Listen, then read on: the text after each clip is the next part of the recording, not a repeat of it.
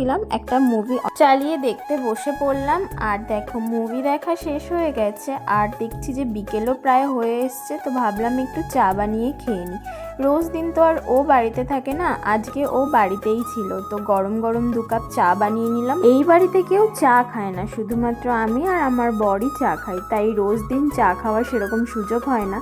আমার না চা খাওয়ার সময় একজন না থাকলে ভালো লাগে না। একার জন্যে চা বানাবো আবার সেটা একাই বসে খাবো, তো সেটা আমার একদমই ভালো লাগে না। বাপের বাড়িতে যখন ছিলাম তখন আমি আমার বান্ধবীর সঙ্গেই চা খেতাম। প্রায় দিন সন্ধেবেলা হলেই ওকে ফোন করতাম বা আমি ওর বাড়িতে যেতাম, গিয়ে চা খেতাম। তো সেটা আর এখানে হয় না, তো নিজের জন্য একা চা খাবো সেটা একদমই ভালো লাগে না। তো যেদিন ও থাকে সেদিনই শুধু চা খাই। চা খাওয়া শেষ হয়ে গেছে আর খেতে না খেতেই দেখছি হ্যাঁ সন্ধেও হয়ে গেছে, তো সন্ধেটা দিয়ে দিলাম। আজকের দিনটা আমার এভাবেই কাটলো। তোমাদের সারাদিন কী করে কাটে আমাকে অবশ্যই জানিও। আর তোমাদের যদি আমার ভিডিও ভালো লাগে তাহলে লাইক অ্যান্ড কমেন্ট করো আর চ্যানেলটাকে সাবস্ক্রাইব করে দিও।